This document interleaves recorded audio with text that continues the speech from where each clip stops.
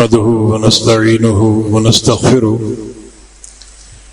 ونعوذ بالله من شرور أنفسنا ومن سيئات أعمالنا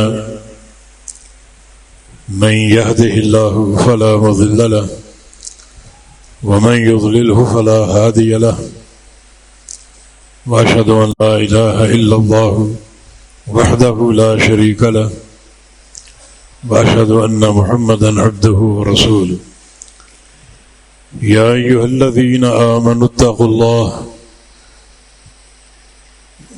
الله حق تقاته ولا تموتن إلا وأنتم مسلمون يا أيها الناس اتقوا ربكم الذي خلقكم من نفس واحدة وخلق منها زوجها وبث منهما رجالا كثيرا ونساء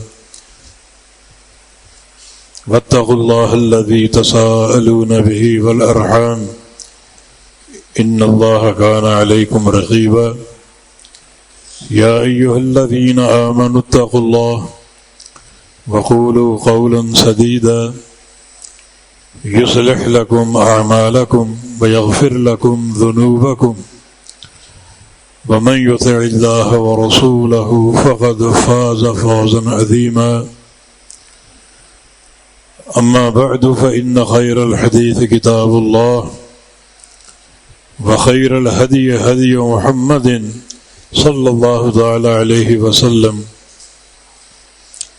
وشر الأمور محدثاتها وكل محدثة بدعة وكل بدعة ضلالة وكل ضلالة في النار من يطع الله ورسوله فقد رشد واهتدى ومن يعص الله ورسوله فقد ضل وغوى اللهم صل على محمد وعلى آل محمد كما صليت على إبراهيم وعلى آل إبراهيم إنك حميد مجيد اللهم بارك على محمد وعلى آل محمد كما باركت على إبراهيم وعلى آل إبراهيم إنك حميد مجيد سبحانك لا علم لنا إلا ما علمتنا إنك أنت العليم الحكيم رب اشرح لي صدري ويسر لي أمري واحلل عقدة من لساني يفقه قولي أعوذ بالله من الشيطان الرجيم من همزه ونفخه ونفسه بسم الله الرحمن الرحيم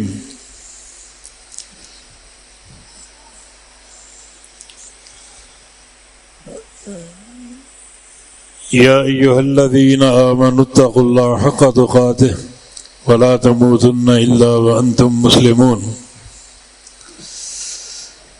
وقال سبحانه وتعالى من خشي الرحمن بالغيب وجاء بقلب منيب ادخلوها بسلام ذلك يوم الخلود لهم ما يشاءون فيها ولدينا مزيد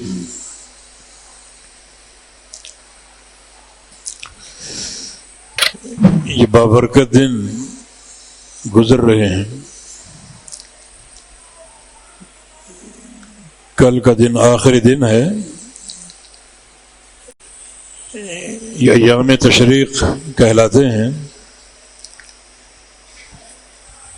ان دنوں کی زینت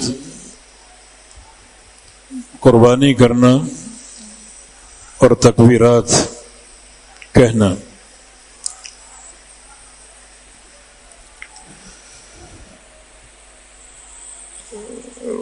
قربانی کے بہت سے مقاصد ہیں.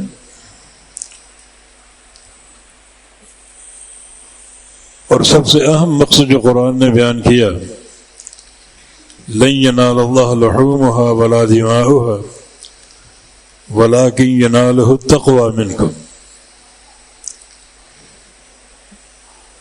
یہ بات یاد رکھو، اللہ تعالیٰ کو تمہاری قربانی کا خون یا گوشت نہیں پہنچتا، بلکہ تمہارے دلوں کا تقوی پہنچتا ہے، جس کا سیدھا معنی یہ ہے کہ اگر تم مہنگے سے مہنگا جانور خریدو مگر مقصد دنیا کی شہرت ہو اور ریاکاری ہو،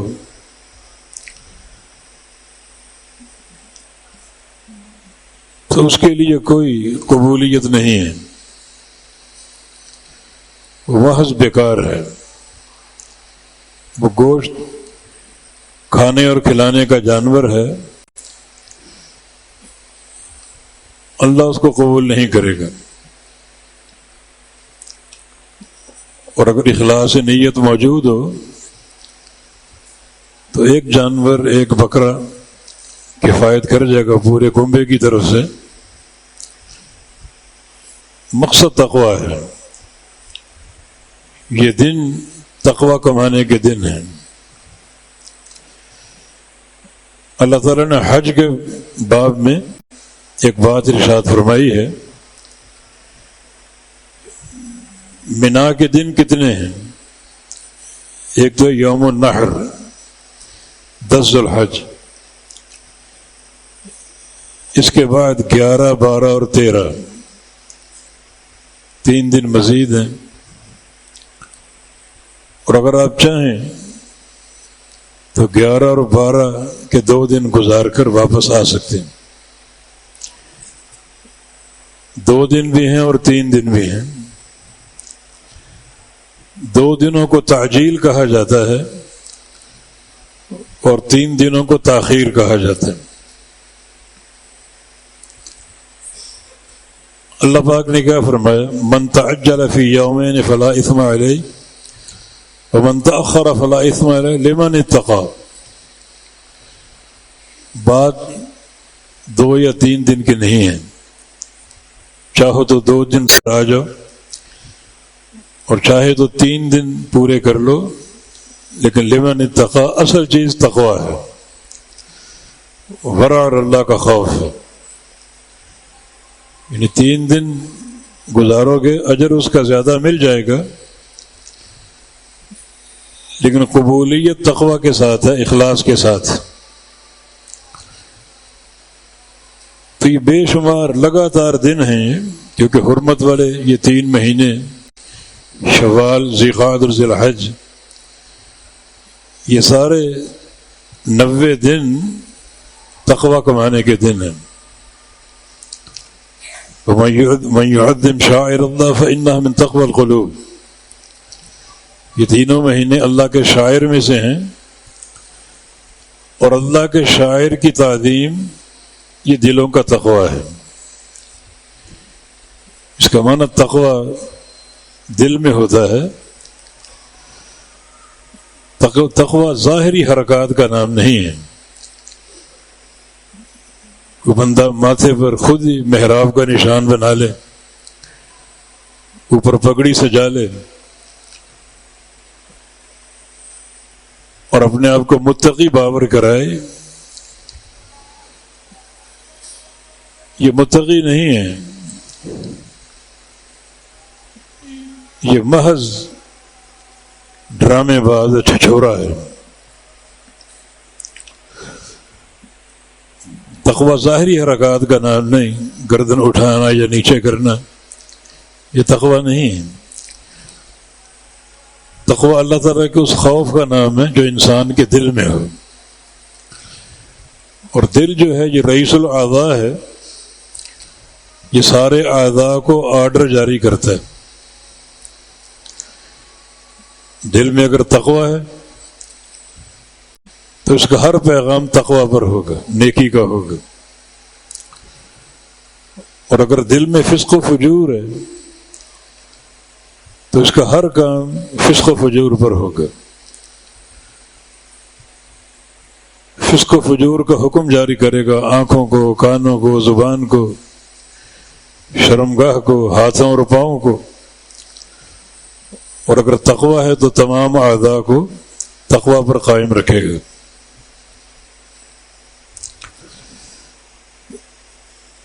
تو ان دونوں خاص طور پہ اخلاص اور تقوی کی حفاظت کی ضرورت ہے۔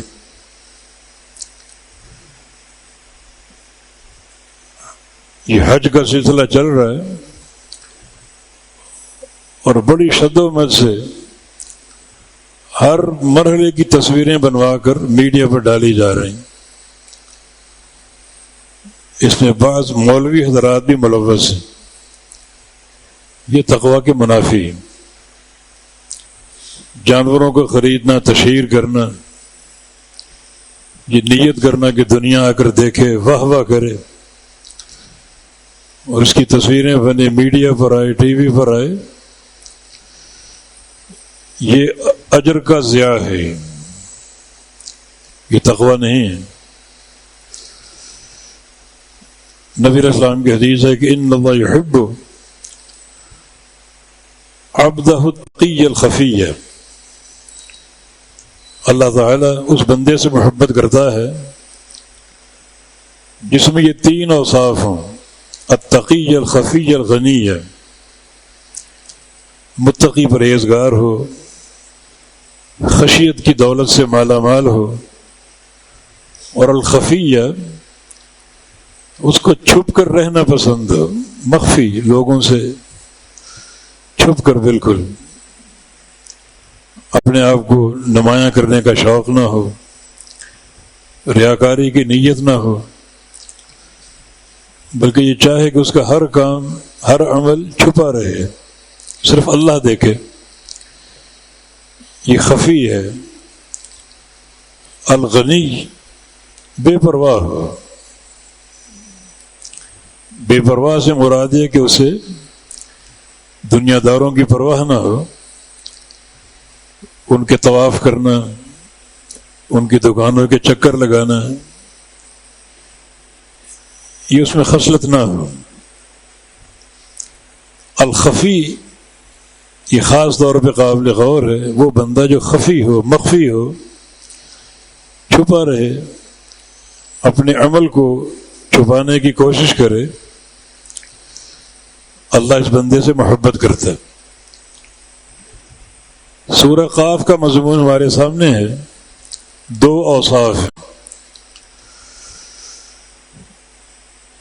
من خشی الرحمن بالغیب وجاء بقلب منیب. دو اوصاف ہیں جو رحمان سے ڈرے،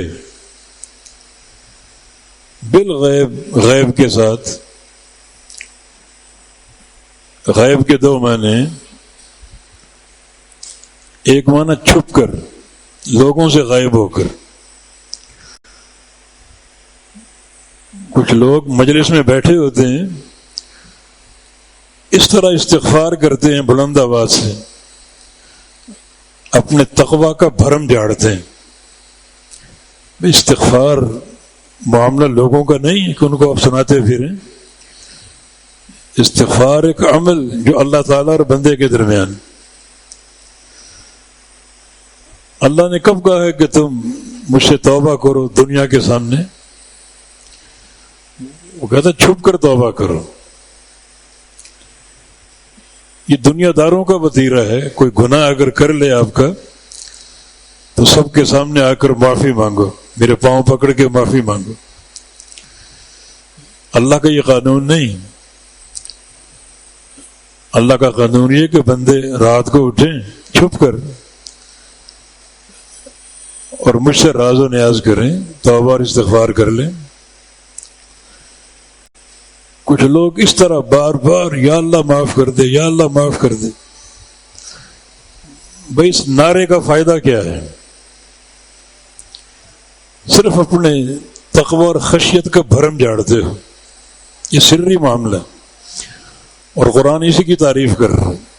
من خشی الرحمن بالغیب، جو ڈر جائے رحمان سے غیب کے ساتھ. یعنی غیب کا ایک معنی بالکل اکیلے، تنہا، چھپ کر، دنیا کے سامنے نہیں. دوسرا معنی غیب کا اللہ سے ڈرے بن دیکھے، نہ اس کو دیکھا، نہ اس کے عذاب کو دیکھا، نہ اس کی وعیدوں کو دیکھا، نہ جہنم کو دیکھا،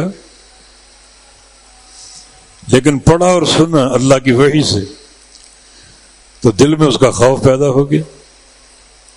بن دیکھے خشیت اس کے اندر آ گئی، اللہ کا ڈر آ گیا. یہ دو خصلتیں ہیں. پھر رحمان سے ڈر جائے غیب کے ساتھ. من خشی اللہ نے کہا کہ اللہ سے ڈر جائے، رحمان سے ڈر جائے. یعنی ڈرو گے تو اس کو رحمان پاؤ گے، بڑا مہربان، رحم کرنے والا، محبت کرنے والا. یہ اگر عربی لغت آپ کو آتی ہو تو یہ مقام بڑا لذت والا مقام، من خشی الرحمن، ڈر جائے رحمان سے. ڈر جاؤ گے تو وہ ذات رحمان ہے، بڑا مہربانی کرنے والا، رحم کرنے والا، شفقت اور محبت اور پیار کرنے والا. تو بالغیب، غیب کے ساتھ، ایک اس کو دیکھا نہیں، اس کے عذاب کو نہیں دیکھا، صرف سنا اور پڑھا ہے قرآن سے اور اس کا خوف دل میں بیٹھ گیا، تو رحمان سے ڈر جائے. حالانکہ اس کو نہ اس کو دیکھا نہ اس کے عذاب کو دیکھا. یا بالغیب کا نہ بسری، تنہائی میں، خلوت میں. خشیت ایسی چیز نہیں ہے کہ اس کا برملا آپ دعوے کریں، نعرے لگائیں اور چیخ چیخ کر لوگوں پر اپنے تقویٰ کا بھرم جاڑیں. یہ خشیت نہیں. بالکل غیب، سرن، چھپ کر اللہ تعالیٰ سے ڈر جائے اور خشیت کا اظہار کرے. وجاء بقلب منیب، یہ دوسری خصلت ہے. اور قیامت کے دن وہ آئے ایسے دل کے ساتھ جو منیب ہے. منیب کا معنی پوچھا گیا ایک عظیم تابعی قاضی فضیل بن عیاض رحمہ اللہ سے کہ منیب کیا ہے؟ فرمایا کہ منیب وہ ہے جو تنہا بیٹھا ہو اور اس کے اندر اپنے گناہوں کا احساس پیدا ہو جائے، گناہوں کو یاد کرنے لگے اور گناہوں کا سوچنے، بالکل تنہا، اور پھر تنہائی ہی میں توبہ کر ڈالے. کسی پر اظہار مقصود نہیں ہے، نہ اس کا چرچا مقصود ہے کہ رات میں نے یہ کام کیا. بالکل تنہا، تنہائی ہی میں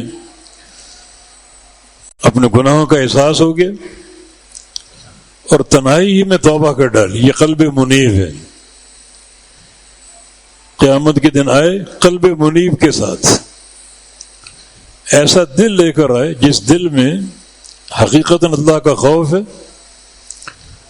اور جو دل کسی ریاکاری کے بغیر توبہ طائب ہونے والا ہے.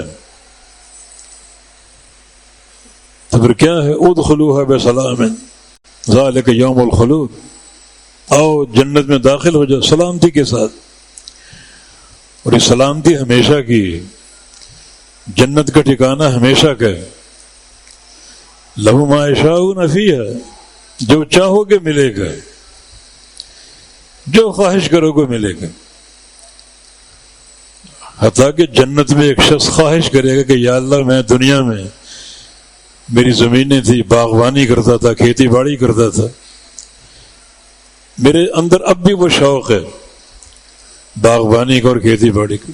اللہ کہ میرے بندے ہر چیز تو موجود ہے، ہر چیز جو خواہش کرے گا سامنے آ جائے گا. یہ باغبانی کا کیا مقصد؟ میری خواہش ہے، تو اللہ اس کو جنت کے بیج مہیا کر دے گا. بیج نیچے ڈالے گا، نظر اٹھانے سے پہلے اس کا پودا چھت تک پہنچا ہوگا. جنت کی سرزمین، جو چاہو گے ملے گا. ولدینا مزید، ہمارے پاس مزید بھی ہے. مزید کا ایک معنی اللہ کے چہرے کا دیدار، اپنے چہرے کے پردے ہٹا کر تجھے اپنا دیدار عطا فرماؤں. جنت کی سب سے اونچی نعمت. لیکن خصلتیں دو ہیں، رحمان کا ڈر ہو غیب کے ساتھ، یعنی بن دیکھے ڈرنے والا، اور خلوت میں ڈرنے والا، تنہائی میں. اپنا خوف لوگوں کے سامنے مت جھاڑتا پھرے، اور ایسا دل اس کے پاس ہو جس میں انابت کا وصف ہو، قلب منیب، جو تنہائی میں اپنے گناہوں کی فکر کر لے، گناہوں کا سوچے، اور پھر اس وقت تک نہ اٹھے جب تک تنہائی ہی میں گناہوں سے توبہ نہ کر لے۔ اور یہ قلب منیب ہے تو قیامت کی یہ بشارت ہے، جنت کا داخلہ، ہمیشہ کا ٹھکانہ، سلامتی ہی سلامتی، جو چاہو گے ملے گا، اور مزید یہ کہ اللہ کے چہرے کا دیدار۔ تو مواقع تو موجود ہیں، قربانی ایک عمل ہے، حج ایک عمل ہے، پھر یہ ایام حرمات، 3 مہینے حرمت والے، ان کی تعظیم اگر کرو، تعظیم کی 2 صورتیں، ایک ان مہینوں کی حرمت کا احساس کرتے ہوئے نیکیاں کرو، کوئی سخاوت کا موقع مل جائے، قرآن کی تلاوت کا موقع مل جائے، ذکر و اذکار کا موقع مل جائے، وہ کر گزرو۔ اور دوسرا، ان مہینوں کی تعظیم کا خیال رکھتے ہوئے گناہوں سے بچو، کوئی گناہ سامنے آ جائے تو اس گناہ کو ٹھوکر مار دو کہ یہ مہینہ حرمت والا ہے۔ یہ 3 ماہ کی تربیت کافی ہے۔ ایک بندہ اگر 3 ماہ اپنے آپ کو اس مشن پر قائم رکھے تو اللہ فرماتا ہے یہ کام کرنا تمہارا عمل ہے، اور تمہارے دلوں کو تقویٰ سے بھر دینا میرا کام ہے، میں تقویٰ عطا کرتا ہوں، ایک مستقل تمہیں ایک تقویٰ کے منہج پر قائم کر دوں گا۔ تو یہ تنہائی جو ہے نا، تنہائی کی نیکی، اور تنہائی میں گناہوں کا خوف، اور تنہائی میں توبہ کرنا، یہ بڑے اوصاف حمیدہ اور اوصاف جلیلہ ہیں۔ امام احمد بن حنبل رحمہ اللہ کا قول ہے، عبداللہ بن مبارک بہت بڑے محدث تھے، بہت بڑے محدث تھے، حافظ الحدیث، بڑا ان کا علمی شہرہ۔ اس دور میں ایک شخص حدیثوں کو وضع کرتا، گھڑتا تھا حدیثیں، کذاب تھا، اس کو پکڑ لیا ہارون رشید نے، آرڈر کر دیا کو قتل کر دو۔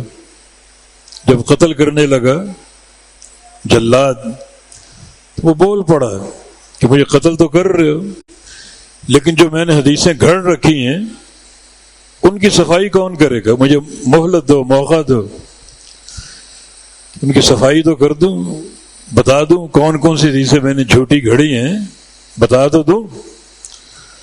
اس نے کہا تمہاری ضرورت نہیں۔ ہارون رشید نے کہا یعیش لہا عبداللہ بن مبارک، اس جھوٹ کو واضح کرنے کے لیے عبداللہ بن مبارک موجود ہے۔ بڑا علمی شہرت تھا۔ اور امام احمد کا قول ہے کہ انہیں اتنا اعلیٰ اور اونچا مقام کیسے ملا؟ محدثین تو بہت ہیں، بڑے بڑے حافظ الحدیث ہیں، لیکن جو شہرہ ان کا ہے، ایک مثالی ان کی شہرت اور ان کا رتبہ، کس بنا پر؟ کہتے ہیں ایک ہی وجہ نظر آتی ہے کہ ان کے کچھ ایسے اعمال ہیں جن کو کوئی جانتا نہیں، جن کو کوئی جانتا نہیں، اور یہ وصف جو ہے، ایسے عمل کرو جن کو کوئی نہ جانتا ہو۔ اسماعیل ابن ابی عیاش علماء محدثین میں سے، ان کا انتقال ہو گیا۔ جب سکرات الموت آ رہی تھی تو بیٹی ان کے سرانے بیٹھی رو رہی۔ کہا بیٹی کیوں رو رہی ہو؟ یہ جو میرے گھر کا کونا ہے، کونے میں بیٹھ کر میں نے 18,000 قرآن ختم کیے ہیں۔ یعنی تیرا باپ بڑی بڑی نیکیاں لے کر جا رہا ہے، اس کونے میں میں نے 18,000 قرآن ختم کیے۔ بیٹی کو معلوم نہیں، حالانکہ گھر کی فرد ہے۔ آج اس عمل کا انکشاف کیا محدثین ریاکار نہیں تھے، صرف اس لیے بتایا کہ لوگ اس کو ایک نمونہ سمجھیں۔ اب میں یہ قصہ پڑھ کر یقیناً کوشش کروں گا کہ میں بھی گھر کے کسی کونے پر بیٹھ کر روزانہ تلاوت قرآن کروں۔ یہ 5-6 پارے روزانہ پڑھنا یہ تو سلف صالحین کا عام معمول تھا، ورنہ 10-10 پارے، اور بعض سلف تو روزانہ قرآن پڑھا کرتے تھے۔ 18,000 قرآن میں نے ختم کی اس کونے میں بیٹھ کر۔ تو رونا اس پر ہوتا ہے جو قلاش ہو نیکیوں سے، خالی ہاتھ جائے، گناہوں کے بوجھ لے کر جائے۔ آج رب تعالیٰ کی رحمت کی امیدیں میرے سامنے کھلی پڑی ہیں۔ نبی علیہ السلام کی حدیث اللہ فرماتا ہے انا عند ظن عبدی بھی، میں اپنے بندے کے اپنے بارے میں گمان کے ساتھ ہوں، جیسا گمان لے کر آؤ گے ویسا برتاؤ کر دوں گا۔ اللہ نے توفیق دے دی اچھے گمان کی کہ تیرا باپ یہ نیکی لے کر جا رہا ہے۔ یہ نیکی بالکل خفیہ تھی، کوئی نہیں جانتا تھا کہ رات کی تنہائی میں اس کونے میں کیا ہو رہا ہے، قرآن کی تلاوت ہو رہی ہے۔ تو یہ سلف صالحین کا وتیرہ، خلوت میں اللہ کا ڈر اور خلوت میں نیکی انجام دینا اور خلوت میں رحمان کا خوف، یہ کامیابی کی اساس ہے، یہ کامیابی کی اساس ہے۔ یہ کتاب ہے شعب الایمان امام بہقی رحمہ اللہ کی، اس میں قصہ ہے جیش العسرہ کے بارے میں۔ جیش العسرہ یہ جنگ تبوک کا سفر ہے، نبی علیہ السلام کا آخری غزوہ، آخری جنگ آپ کی، جب آپ 62 سال کے تھے۔ یہ تنگی کا لشکر، اس کی تنگی کے کئی اسباب ہیں۔ ایک یہ کہ سفر بہت لمبا تھا، شام کے علاقے تھے، مدینہ اور دمشق کے درمیان یہ تبوک کا مقام موجود ہے، تقریباً شام کے علاقے، یہ تبوک شام کو چھو رہا ہے، لمبا سفر۔ دوسرا راستہ، کہیں جنگلات آ رہے ہیں، کہیں پہاڑوں کی چوٹیاں عبور کرنی پڑ رہی ہیں، اور شدت کی گرمی، جنگلات جہنم کا روپ پیش کر رہے تھے، اتنی گرمی۔ تیسرا سواریاں نہیں تھیں، پیدل جانا پڑتا، سواری ملتی تو سوار ہوتے، سواری نہیں تھی، زاد راہ کم تھا۔ اور چوتھا اس لیے بھی جانا مشکل تھا کہ مدینے کے باغات پکنے والے تھے۔ اب آپ نے محنت کی ہو کھجوروں پر اور اپنے پھلوں پر، اور کٹائی کا وقت آ جائے کہ 2-4 ہفتے میں کٹائی ہو جائے گی، اور سب چھوڑ کے جانا پڑے آپ کو، یہ بڑا ایک مشکل کام ہے۔ تو ان سارے اسباب کی بنا پر جیش العسرہ ہے۔ نبی علیہ السلام نے ارشاد فرمایا کہ من جہز جیش العسرہ فلہ الجنہ، جو بندہ اس لشکر کو، اس تنگی کے لشکر کو تیار کر دے، اس کے لیے جنت کی ضمانت ہے، جنت کی اس کو میں ضمانت دے، جنت کا وعدہ کرتا ہوں۔ اب ضمانت ہو جنت کی اور ہو بھی نبی علیہ السلام کی زبان سے، تو صحابہ کو کہاں قرار آتا؟ اب سب لگے مسابقت میں بڑھ چڑھ کر جیش اسرا کی تیاری میں۔ عمر بن خطاب آئے، اپنا آدھا مال لے کر، گھر میں کیا چھوڑا؟ آدھا مال چھوڑا، باقی لے آیا ہوں۔ ابو بکر صدیق آ گیا پورا مال لے کر، تم نے گھر میں کیا چھوڑا؟ اللہ اور اس کے رسول کی محبت چھوڑا، باقی سب کچھ لے آئے۔ عبدالرحمن عوف بھی اپنے گھر کا آدھا مال لے آئے۔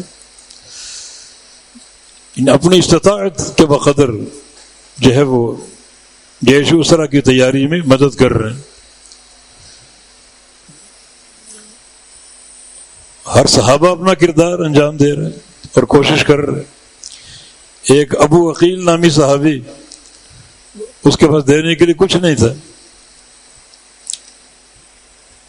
کچھ درخت تھے اس کے، مگر ابھی تک درخت کی کھجوریں یعنی توڑے جانے کے قابل نہیں تھیں کہ ان کو کھایا جائے۔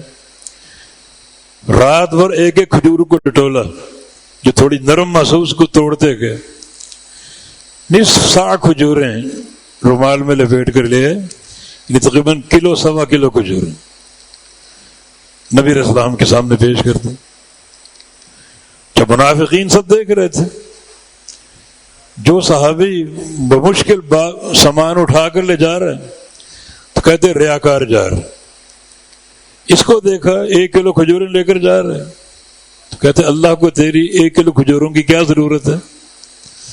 جملے کثرے فقرے کثرے ہیں لیکن کوئی پرواہ نہیں. اور نبی علیہ السلام کو اتنا پسند ہے اس کا صدقہ، فرمایا کہ جو ڈھیر لگا ہوا مال کا یہ کھجوریں اس پر بکھیر دو، بڑا پسند ہے مجھے اس کا صدقہ. ہی 1-1.5 کلو کھجوریں وہ ساری بکھیر دو اس سامان پر.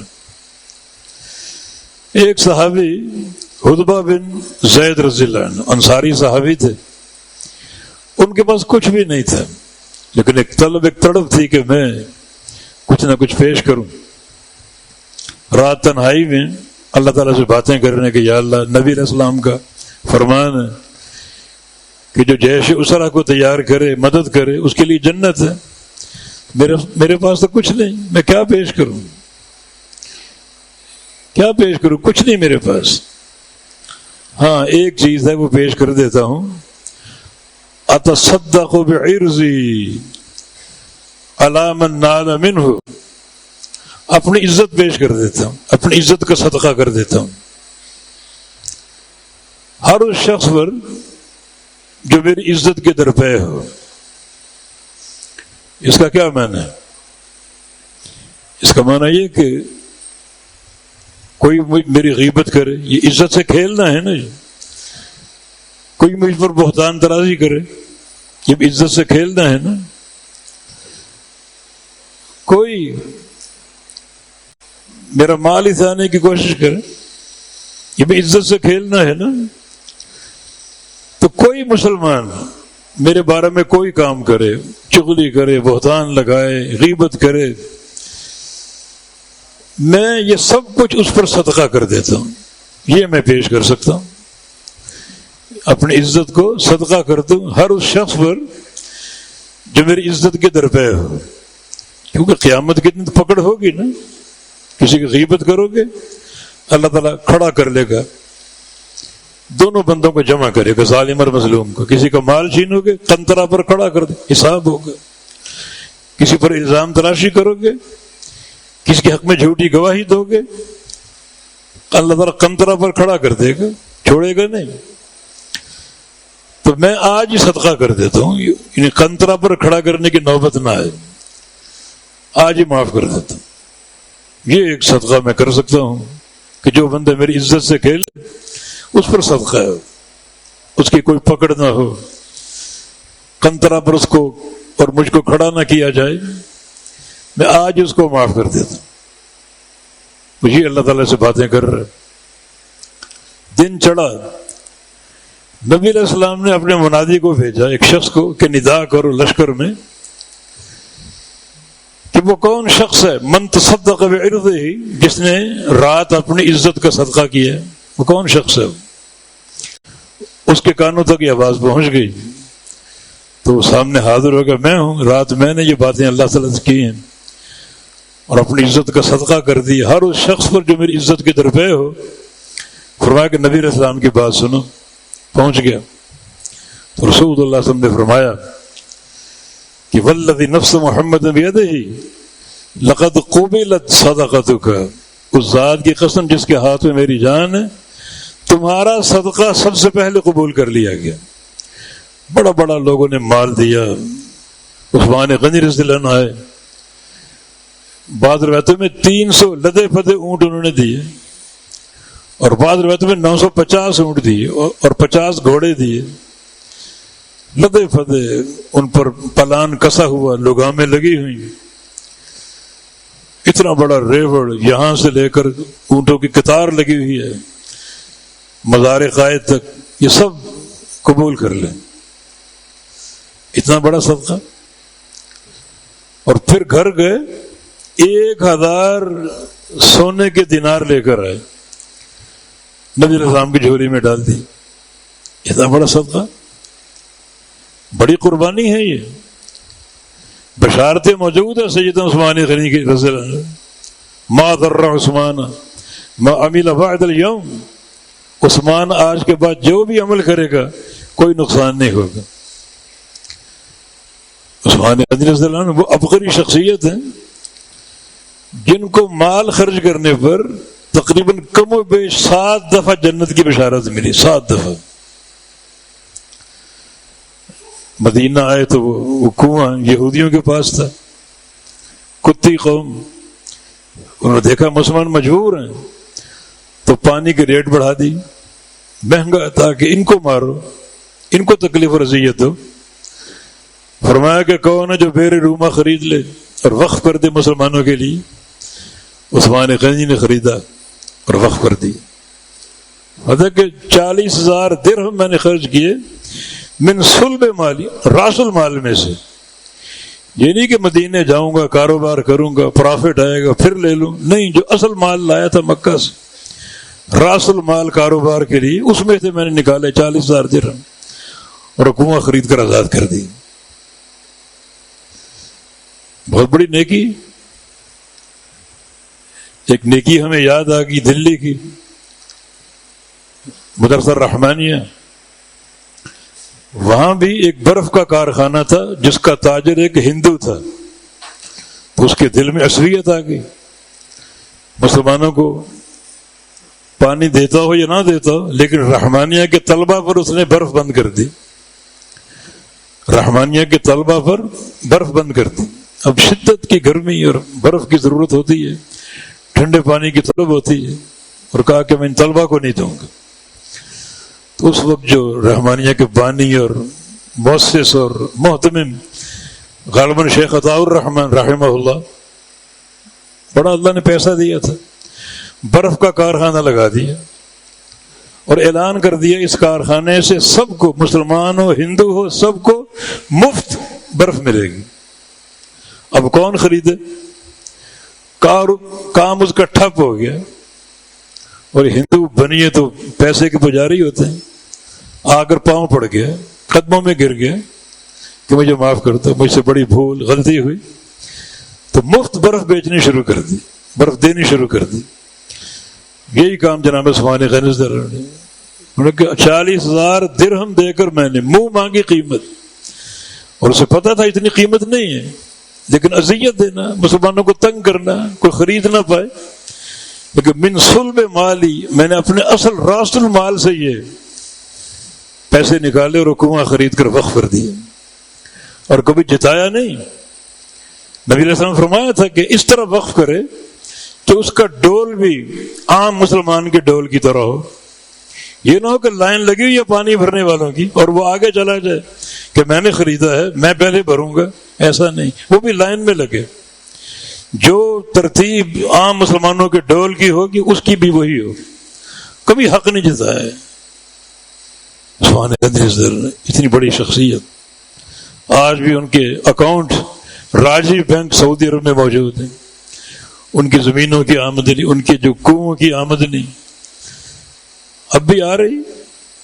مدینہ آپ جائیں تو بڑے بڑے اوقاف ان کے بنے ہوئے ہیں، اس وقف عثمان غنی، بلڈنگیں بنی بڑی، حاجی آ کر رہتے ہیں اس میں، عمرہ کرنے والے آ کر رہتے ہیں۔ اس شخصیت کے اجر و ثواب کا سلسلہ کتنا جاری اور قیامت تک رہے گا، قیامت تک۔ عثمان غنی بھی اس موقع پر موجود ہیں، 1000 سونے کے درہم پیش کر دیے، 1000 کے قریب سواریاں پیش کر دی، لیکن یہ شخص جس نے اپنی عزت کا صدقہ دیا، فرمایا قسم ہے اس ذات کی جس کے ہاتھ میں میری جان ہے، تیرا صدقہ اللہ نے سب سے پہلے قبول کر لی۔ اور ایک حدیث میں ان اللہ کتب اسمک، اللہ نے تیرا نام اور تیرا صدقہ لکھ لیا اپنے پاس۔ یہ کہ یہ تنہائی کی باتیں ہیں، خلوت کی، یہ نہیں کہ اعلان کرتا پھر رہا ہے، نہیں، اپنے گھر کی تنہائی میں، اندھیرے میں، یہ خلوت کی باتیں ہیں۔ اور جو عمل اللہ کی رضا کے لیے ہو، اللہ اس عمل کی پذیرائی کرتا ہے، اور بعض اوقات خبر دیتا ہے اپنے بندوں کو یہ فلاں شخص کا کردار، اس کو مثال بناؤ۔ تو خلوت ہمارے لیے ایک بڑی باغنیمت چیز ہے۔ پنجاب میں ایک عالم دین تھے مولانا یوسف راجو والوی، رحمہ اللہ، بہت ہی نیک بزرگ. اور میں جب کبھی لاہور جاتا ان سے ملنے جاتا 2-2.5 گھنٹے کا سفر کر کے صرف ان کی زیارت کے لیے، ان سے دعا لینے کے لیے. اور جب میں رخصت ہو کر آتا تو ایک جملہ ان کی زبان پر ہوتا کہ عبداللہ مجھے اندھیرے اور تنہائی کی دعا میں یاد رکھنا، اندھیروں اور تنہائیوں کی دعا مجھے یاد رکھنا. اندھیرا، رات کا اندھیرا، تنہائی، رات کی خلوت، رات کی تنہائی. ایک اور عالم دین مولانا عبدالرشید مجاہد آبادی لاہور میں ہوتے ہیں، رحمہ حافظ اللہ، زندہ ہیں، بزرگ ہے بہت.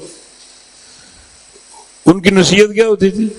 اپنی تنہائی کو پاکیزہ رکھو. سوچو، اس پر غور کرو، اپنی تنہائی کو پاکیزہ رکھو.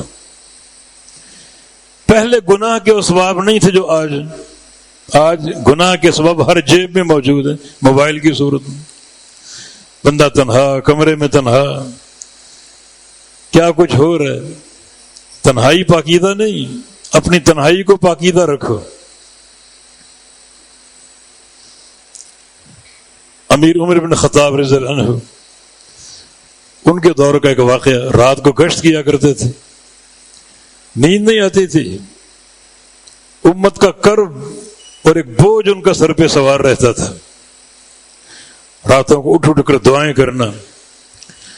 کچھ جہادی قافلہ ترتیب دے کر بھیجتے تو بولتے میں نے قافلہ ترتیب دے دی ہے، اب عمر کو مہلت دو رات کو اللہ سے دعا کرنے کی، اگلے دن روانہ کریں گے.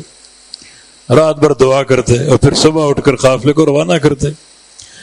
اور بعض اوقات فرماتے کہ عمر نے رات دعائیں کی ہیں لیکن ابھی دل مطمئن نہیں ہوا، ایک رات اور مجھے دے دو دعا کرنے کے لیے. مزید دعا کرتے، پھر قافلے کو روانہ کرتے. یہ جو مسلمانوں کا امیر ہوتا، امیر المومنین ہوتا. مجھے پاکستان کے ایک وزیر اعظم کا یاد ہے،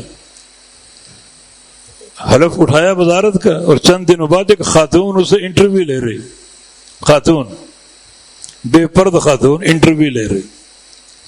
پھر تم نے اس کو آنے کیوں دیا؟ بے پرد خاتون. اور سوال اس کا کیا ہے؟ آپ کو موسیقی پسند ہے؟ یہ سوال کس سے ہو رہا ہے؟ امت مسلمہ کے حاکم سے. موسیقی پسند ہے آپ کو؟ اور فخر سے کہہ رہے ہیں کہ ہاں مجھے پسند ہے، کہ میں خشک انسان نہیں.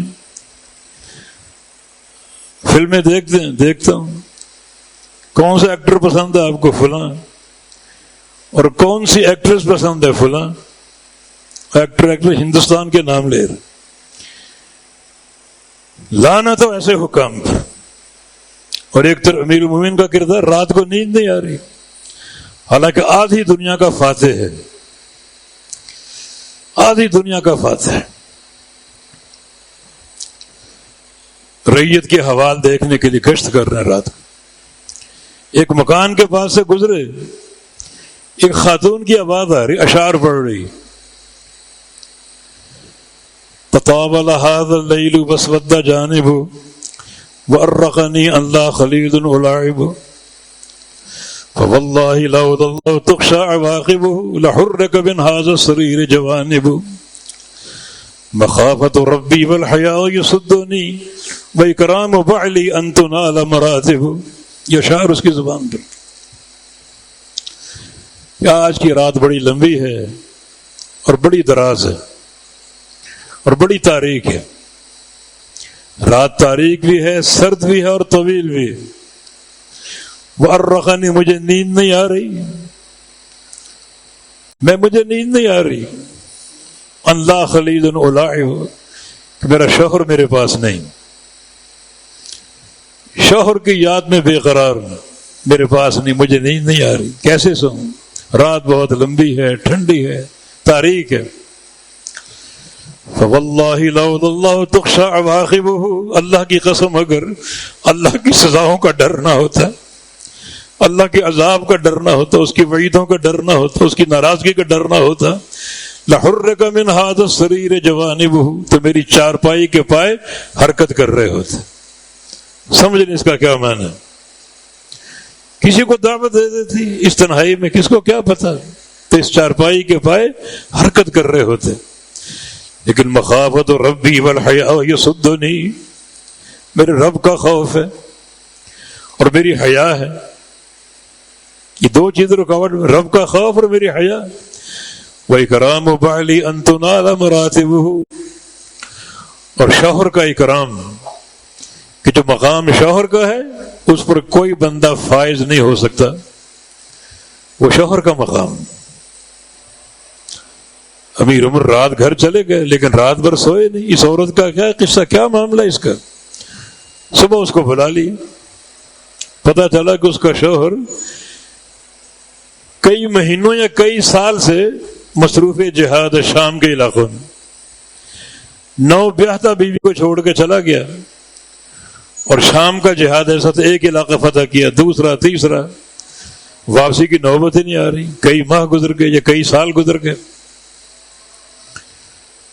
حضرت عمر نے کیا فرمایا، کیا کیا؟ وہ آج کا حاکم تھوڑی تھا کہ جن کا دماغ ہاتھی جیسا ہو، جب تک سر میں ایک سوانا کو سیڑا جائے ان کو ہوش ہی نہیں آتے. فوراً برید بھیجی. برید کیا ہوتا ہے؟ گھوڑے پر اپنا ایک نمائندہ بھیجا، برید یعنی چند جو ہے وہ لمحہ، چند جو ہے وہ میلوں کے بعد ایک نیا مرکز آئے گا، وہاں تازہ دم گھوڑے کھڑے ہوں گے، یہ وہاں باندھنا اور تازہ دم گھوڑے لے کے روانہ ہو جانا. یہ برید ہے. چند کوس کے فاصلے پر، پھر چند کوس کے فاصلے پر، اور رکنا نہیں ہے. سیدھا شام جاؤ اور اس کے شوہر کو لے کر آؤ. اس پر اکتفا نہیں کیا بلکہ سوچ رہے میں کیا قانون بناؤں، آرڈیننس کیا جاری کروں. اپنی بیٹی حفصہ کے پاس امیر ام المومنین اور کہا کہ بیٹی میں تم سے بات پوچھنے آیا ہوں.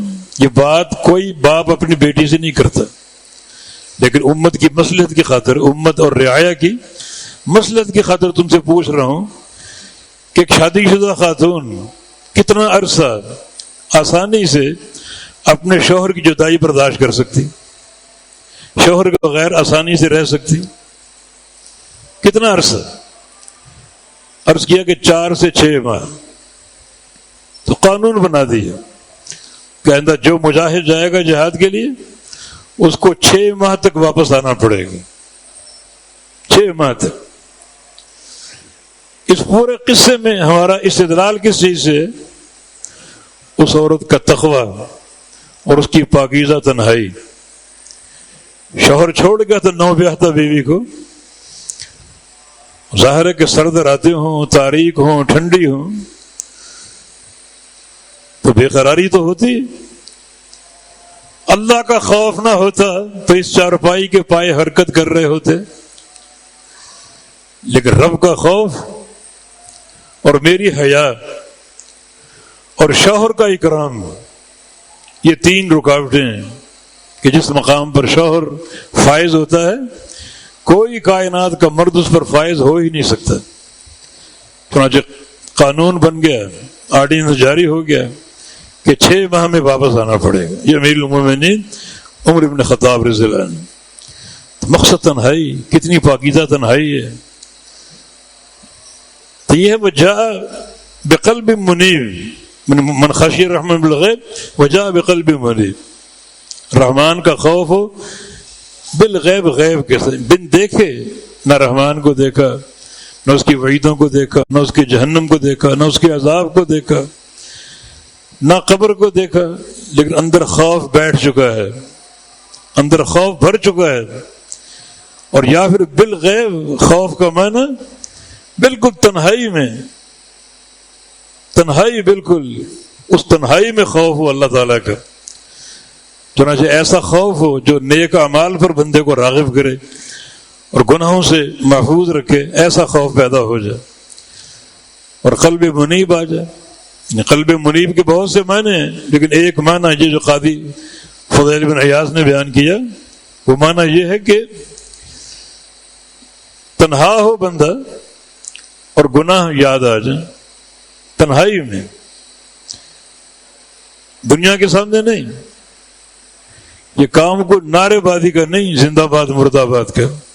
یہ تنہائی کی کمائیاں ہیں، تنہائی کی باتیں ہیں، خلوت کی باتیں ہیں، بندہ اور اس کا رب کے درمیان تنہائی میں گناہ یاد کر لے اور پھر اس وقت تک نہ اٹھے جب تک ایک ایک گناہ سے توبہ نہ کر لے. یہ قلب منیب ہے. تو اس قلب منیب پر کیا بشارتیں ہیں؟ قیامت کے دن ادخلوها بسلام، یہ جنت ہے، سلامتی سے داخل ہو جاؤ. ذالک یوم الخلود، یہ ہمیشہ کا دن ہے، یہ سلامتی بھی ہمیشہ کی، جنت کا ٹھکانہ بھی ہمیشہ کا. اور پھر لہم ما یشاءون فیہا، جو تم چاہو گے ملے گا، جو خواہش کرو گے وہ ملے گا. سامنے درختوں کے خوشے لٹک رہے ہیں، انگور کھانے کو دل آ گیا، اٹھ کے توڑنا نہیں، انگور خود آپ کے سامنے آ جائے گا، خود آپ کے سامنے آ جائے گا، لو کھا لو توڑ کے. انگور سامنے آ گیا، یار آم کھانے کو دل کر رہا ہے، وہ انگور آم بن جائے گا. وہ آم منہ سے لگایا، دل میں کیلے کا خیال آ گیا، وہ آم کیلا بن جائے گا. ما یشاء، جو چاہو گے. کیوں؟ یہ ضیافت اللہ تعالیٰ کی، اللہ کے مہمان نوازی، یہ سب کچھ تمہیں ملے گا. وَلَدَيْنَا مزید، ہمارے پاس مزید بھی ہے. وہ مزید کیا ہے؟ مزید کا ایک معنی اللہ کے چہرے کا دیدار. لِلَّذِينَ أَحْسَنُوا الْحُسْنَى وَزِيَادَةٌ، جو عقیدہ توحید کو اپنا لیں ان کے لیے حسنہ ہے، جنت کا ایک نام ہے. وزیادہ، زیادہ اور مزید ایک ہی مادہ. اور کچھ زیادہ، وہ زیادہ کیا ہے؟ اللہ کے چہرے کا دیدار. یہ معنی خود رسول اللہ صلی اللہ علیہ وسلم نے کیا ہے. جو سب سے چوٹی کی نعمت ہے قیامت، سب سے قیمتی نعمت ہے، یہ سب حاصل ہوگا. تو بندہ کچھ ایسے راز اپنے رب کے درمیان قائم کر لے جس کو کوئی جانتا ہی نہ ہو، کوئی نہ جانتا ہو. ہم نے ایک محدث کا واقعہ بار بار آپ کو بتایا. ان کے نامہ اعمال میں 30 سال کے روزے، نفلی روزے، اور بعض میں 40 سال کے روزے، جن کا علم ان کی بیوی کو نہیں تھا. بیوی سے بڑھ کر رازدان کون ہے؟ لیکن 40 سال کے روزے بیوی تک نہیں جانتی. بیوی تو صبح جب گھر سے نکلتے تو ایک ٹفن ہاتھ میں دے دیتی دوپہر کے کھانے کے لیے کہ شوہر نے صبح کا ناشتہ نہیں کیا. اسے کیا معلوم ناشتہ کیوں نہیں کیا؟ چلو دوپہر کا کھانا کھا لینا، کیا معلوم روزہ ہے. ٹفن لے لیتے، چل پڑتے. راستے میں پہلا فقیر کو مسکین ملتا اس پر صدقہ کر دیتے. روزہ بھی صدقہ بھی. 40 سال کا عمل ہے، بیوی تو کو معلوم نہیں. اس کو خبیہ بولتے ہیں. خبیہ ایک چھپی ہوئی چیز، ایسی چھپی ہوئی جس کو کوئی نہ جان، صرف اللہ جانتا. تو اب رات کو تنہا ہوتے ہیں، زبان میں آہستہ سے اللہ کا ذکر کر کے لا حول ولا قوت الا باللہ 100 دفعہ پڑھو. ایک مستقل عمل اپنا طے کر لو. اگر اور کوئی نہیں تو قرآن کی تلاوت کرو. کوئی نہ جانتا، کوئی نہ سنتا ہو. تو یہ خبایا جو ہیں، یہ خبیہ کی جمع، وہ مخفی عمل جن کو کوئی نہ جان، صرف اللہ جانتا ہو، یہ تیار کرو. اللہ بڑا خوش ہوگا، بڑا راضی ہوگا. تو اللہ تعالی ہمیں ان باتوں پر عمل کی توفیق دے، اور اللہ تعالی ہمیں منہج تقوی پر قائم رکھے، ہمارے ظاہر و باطن کو تقوی سے آراستہ کر دے، اور ہمیں توحید اور سنت کے زیور سے جو ہے وہ مزین فرما دے. یہی مدار نجات ہے. اقول قولی ھذا واستغفر اللہ لی ولکم، وآخر دعوانا الحمد للہ رب العالمین.